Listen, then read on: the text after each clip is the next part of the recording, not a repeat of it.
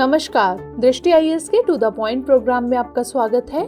आज हम बात करेंगे विश्व रोजगार और सामाजिक आउटलुक 2024 रिपोर्ट के बारे में। आइए सबसे पहले जान लेते हैं कि यह चर्चा में क्यों है। हाल ही में अंतर्राष्ट्रीय श्रम संगठन यानी ILO ने विश्व रोजगार और सामाजिक आउटलुक 2024 रिपोर्ट जारी की है। अब जान लेते हैं रिपोर्ट के मुख्य तथ्यों के बारे में। पहला, वैश्विक बेरोजगारी दर। बेरोजगारी दर में सुधार और नौकरियों का अंतर महामारी पूर्व स्तर से कम होने के बावजूद 2024 में दुनिया भर में बेरोजगारी दर बढ़ने का अनुमान है।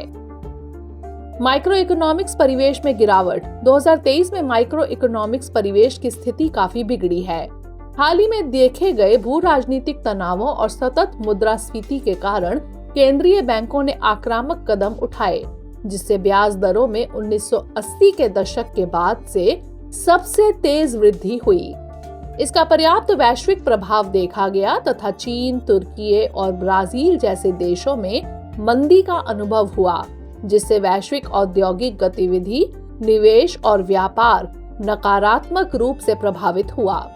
तीसरा है वैश्विक आर्थिक मंदी। आर्थिक मंदी के बावजूद 2023 में वैश्विक विकास अपेक्षा से अधिक मजबूत रहा और श्रम बाजारों ने अप्रत्याशित लचीलापन दिखाया।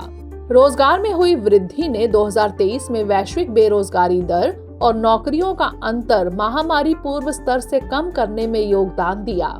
वास्तविक मजदूरी दर और असमानताएं। अधिकांश G20 देशों में वास्तविक मजदूरी दर में गिरावट आई, क्योंकि वे मुद्रास्फीति के साथ तालमेल बिठाने में विफल रहे। केवल चीन, रूस और मेक्सिको ने 2023 में सकारात्मक वास्तविक मजदूरी में वृद्धि का अनुभव किया।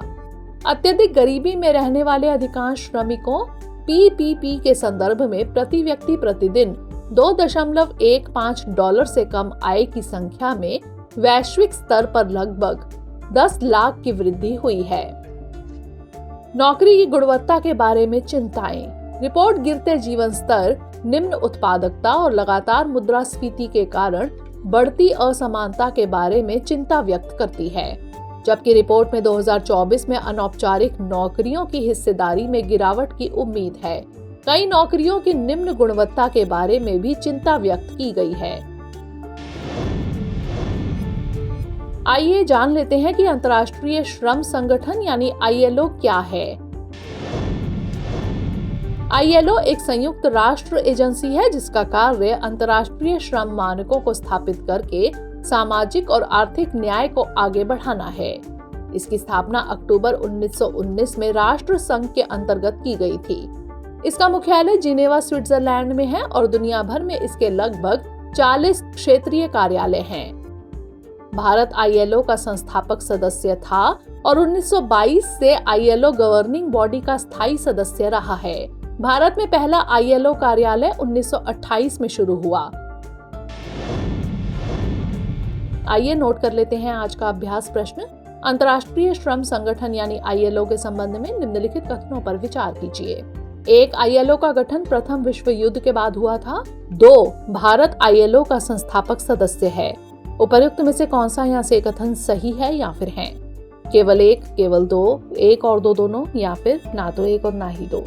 इसका उत्तर हमें कमेंट सेक्शन में जरूर भेजिएगा। अगले सेशन में किसी नए टॉपिक के साथ मिलेंगे। तब तक के लिए पढ़ते रहिए एंड स्टे मोटिवेटेड।